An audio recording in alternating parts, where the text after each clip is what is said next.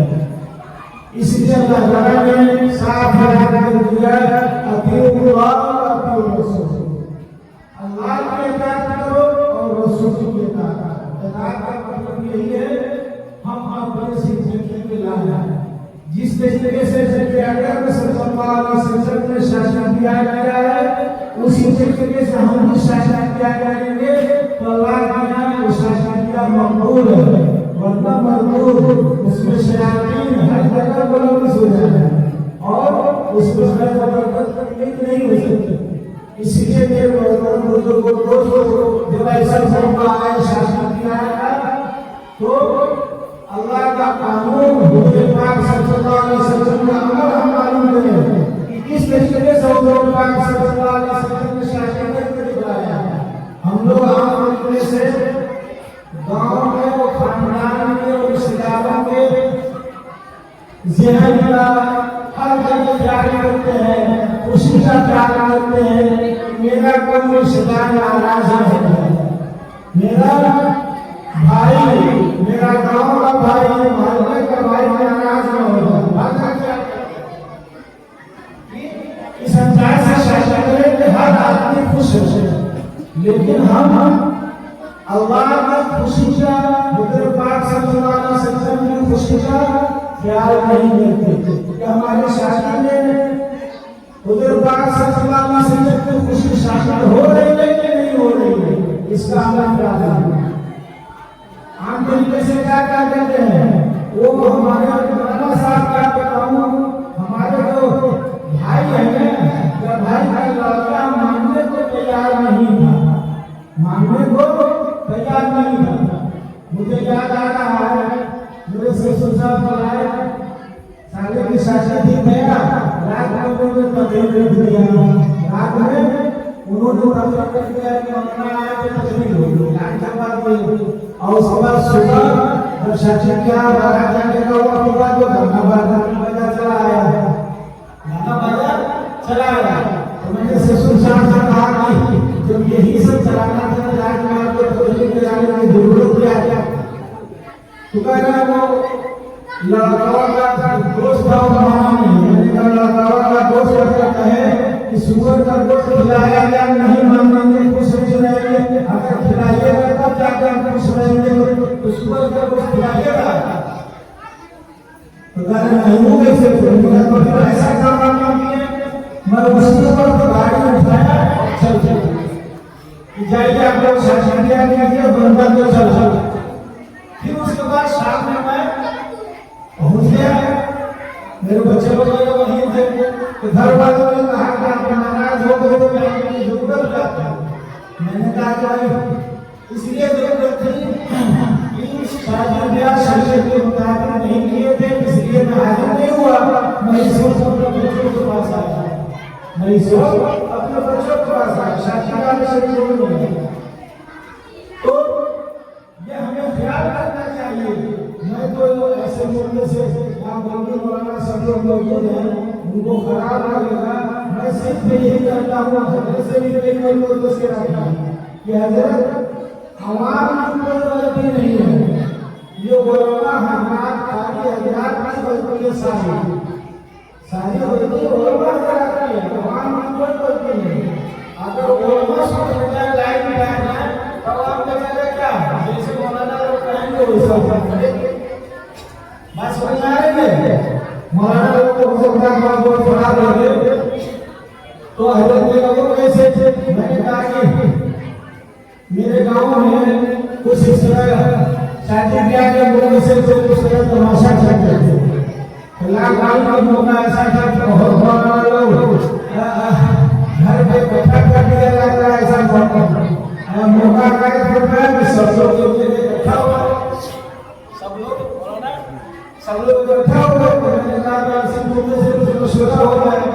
मैंने सारे गांव के हाफिज और वाली और मौलाना लोगों को दावत दिया कि मस्जिद में सब लोग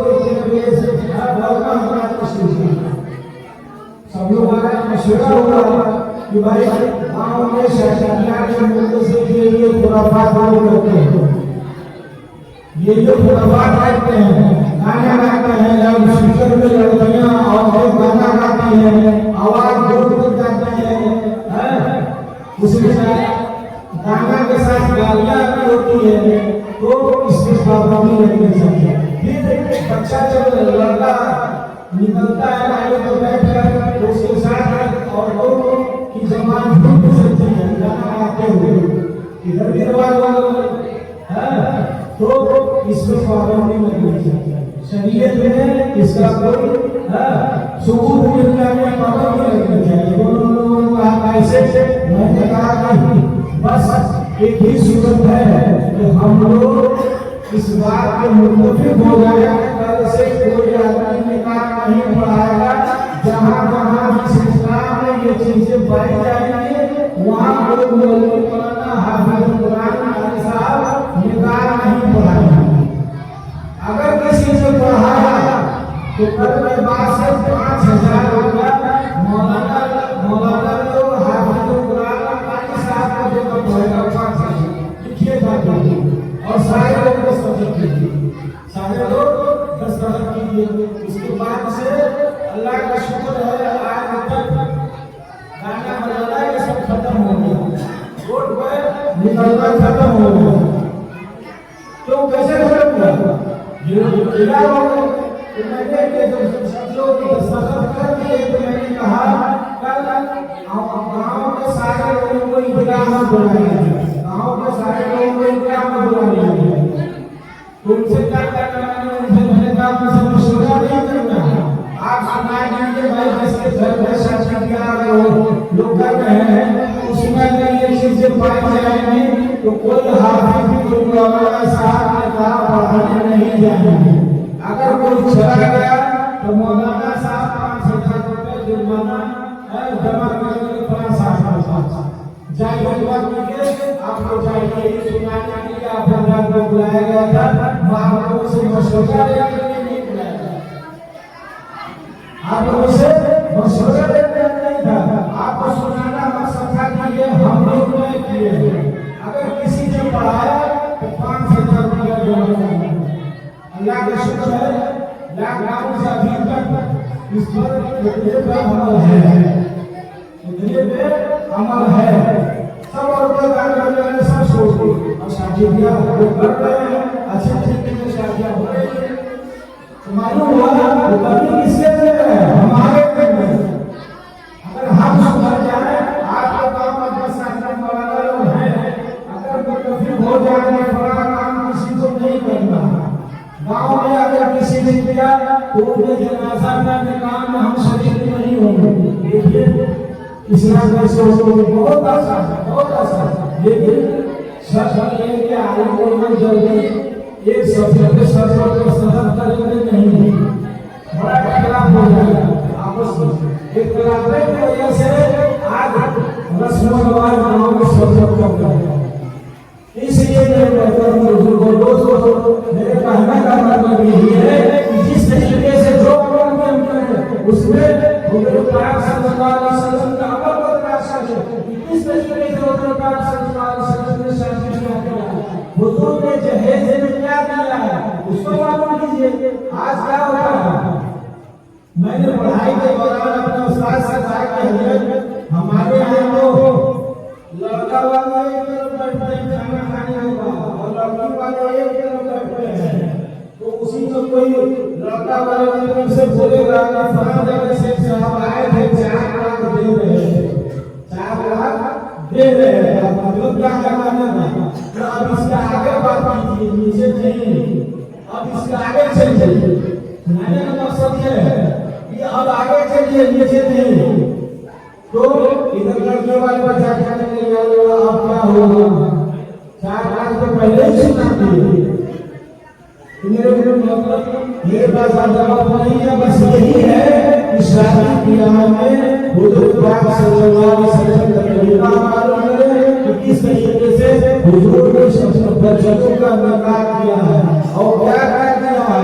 अगर हुजूर के तरीके पर शादी ब्याह नहीं करेंगे तो खुराफात करेंगे, फिर अल्लाह बहुत सख्त गिरफ्त होगी। मेरे मतलब अल्लाह पाक का बहुत सख्त गिरफ्त होगी। इसलिए जो लोग दहेज देते हैं, 5 वक्त नमाज पढ़ रहे हैं, गाड़ी रखे हुए हैं और जमात में भी जा रहे हैं, लेकिन जब शादी ब्याह का वक्त आएगा तो दहेज ये चाहिए वो चाहिए।